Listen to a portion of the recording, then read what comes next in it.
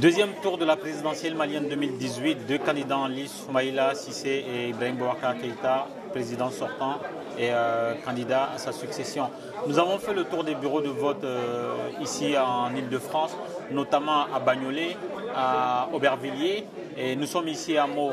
Et les informations qui nous parviennent de par nos envoyés spéciaux dans les différents bureaux de vote, c'est que l'affluence est très en deçà de ce qui a été fait au premier tour. Les Maliens sont moins sortis dans ce deuxième tour-là pour aller voter. Les explications nous seront données par les différents présidents de bureaux de vote et les assesseurs.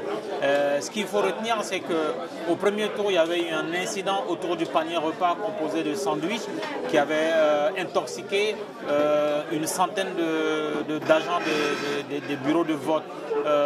Cette fois-ci, nous avons rencontré l'ambassadeur qui nous a dit que le panier repas a été annulé, c'est-à-dire qu'on a décidé de ne pas apporter à manger aux différents agents électoraux.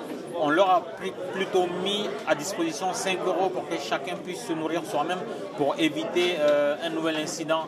Et en dehors de ça, il n'y a pas grand-chose à se mettre sous la dent. Tout se passe calmement. Mais l'information majeure de la journée, c'est que le taux de participation est très bas par rapport à ce qui a été vu au premier tour de la présidentielle malienne. Et je rappelle, Soumaïla Cissé et Ibrahim Boubacar Keïta s'affrontent lors de ce second tour-là pour désigner le prochain président du Mali pour les 5 ans à venir. Je dirais qu'à comparer à ce qui s'est passé il y a 2 semaines, aujourd'hui le taux de participation est largement en chute.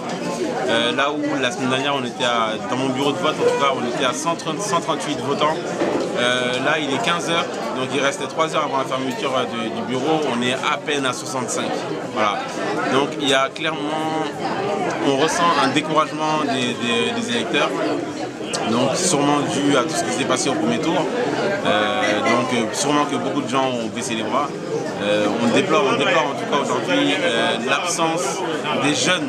Parce que ceux qu'on voit venir voter ont rarement, pour ne pas dire pas du tout, moins de 50 ans. Voilà, c'est des gens qui bien souvent ont l'âge de la retraite, la soixantaine passée. Donc c'est ceux qui représentent le gros des votants dans le bureau de vote.